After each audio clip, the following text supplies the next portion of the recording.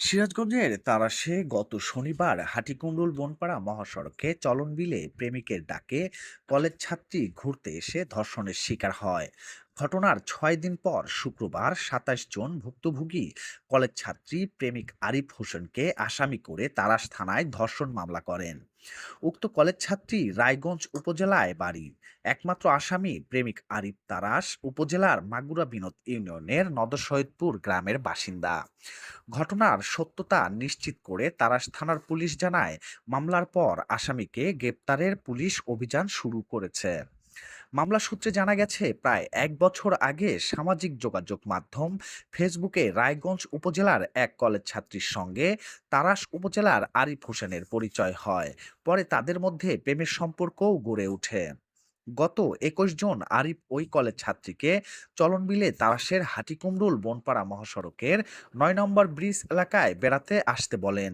প্রেমিকের কথা মতো ওই দিন সকালে ভুক্তভোগী কলেজ ছাত্রী নির্ধারিত স্থানে পৌঁছান। পরে আরিফ ওই কলেজ ছাত্রীকে নিয়ে চলনবিলের বিভিন্ন এলাকায় ঘুরে বেড়ান।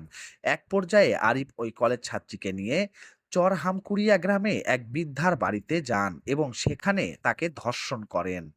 পরে ভুক্তভোগী কান্নাকাটি করলে প্রেমিক আরিফ সেখান থেকে কৌশলে পালিয়ে যান।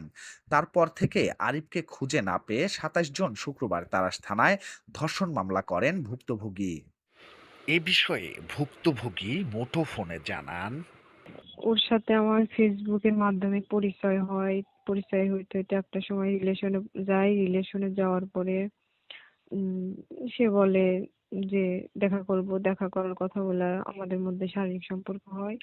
তারপরে তার কিছুদিন পরেই বলে যে বিয়ে করব না। তারপরে আমি বিয়ে করব না, সে বলছে ফ্যামিলি মানবে না, তার জন্য আমি মামলা করে দিয়েছি। পরিচয়টা কত সাল থেকে? পরিচয়টা ২৪ সাল থেকে, ২৪-এর অক্টোবর। ছেলেটা কোথায় পড়াশোনা করে? ছেলেটা এসএসসি পাস করে এখন অ্যাডমিশন দিল, এখনো কোথাও পড়ে না। তুমি কি তুমি কিসে পড়াশোনা করো? সেম ইয়ার, আমিও এসএসসি পরীক্ষা দিছি। এ বিষয়ে তারাস থানার ভারপ্রাপ্ত কর্মকর্তা মুঠোফোনে জানান, কারণ আমাদের কাছে তো ওনারা অভিযোগ দেওয়ার পরে তাৎক্ষণিকভাবে আমরা ঘটনাস্থলে যাই। ঘটনার সত্যতা রয়েছে, এই মর্মে পরবর্তীতে মামলা হয়। আসামি পলাতক রয়েছেন। ভিকটিমের মেডিকেল হয়েছে। মামলা তদন্তাধীন আছে। মামলা তদন্তকারী অফিসার তদন্ত করতেছেন। আসামি গ্রেপ্তারের চেষ্টা অব্যাহত আছে।